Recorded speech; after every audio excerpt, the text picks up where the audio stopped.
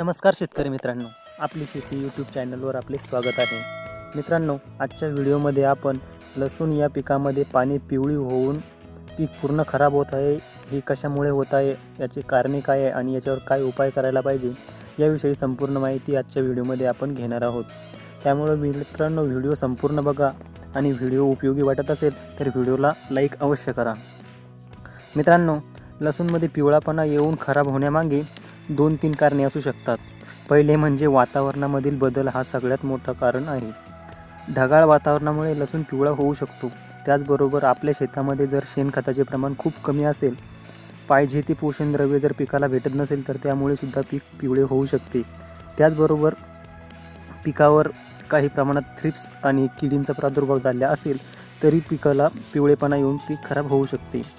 पिकाला पाहिजे ते अन्नद्रव्य भेटले नाही त्यामुळे सुद्धा पीक पिवळे होऊन पाहिजे तशी उत्पन्न भेटत नाही। त्यामुळे त्या अन्नद्रव्याची पूर्तता करणे सुद्धा आपल्याला गरजेचे असते। तर मित्रांनो, वातावरणाच्या खराब असल्यामुळे जर कधी पिकावर पिवळेपणा आला असेल तर जेव्हा वातावरण चांगले होईल तेव्हा तो पिवळेपणा आपोआप निघून जाईल। परंतु जर वातावरण चांगले झाले तरी पण जर पिवळेपणा जात नसेल तर आपल्याला आपल्या पिकावर काही पोषणद्रव्याची पूर्तता करावी लागेल आणि एखादी फवारणीसुद्धा त्याबरोबर घ्यावी लागेल, तेव्हा आपल्या पिकाची क्वालिटी चांगली होईल। जर पिकावर थ्रिप्ससारख्या किडींचा प्रादुर्भाव असेल तर आपल्याला फवारणी घेणे गरजेचेच असते।